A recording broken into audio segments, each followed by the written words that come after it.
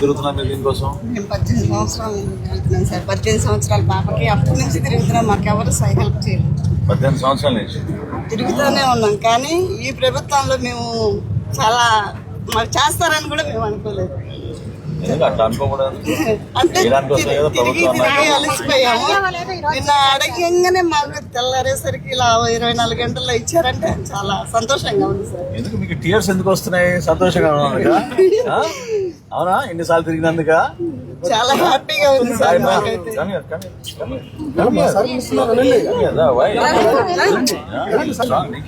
ఏం చదువుకుంటున్నావు?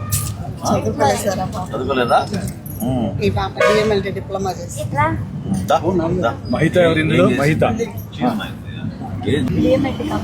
డిఎంఎండి very good. మానేసావా? ఎవరు కొట్టిందా స్టడీస్?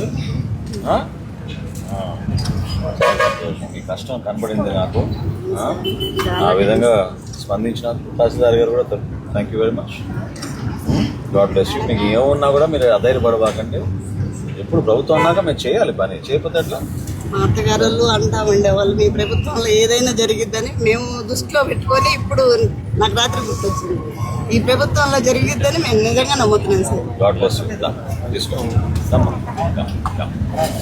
All the best.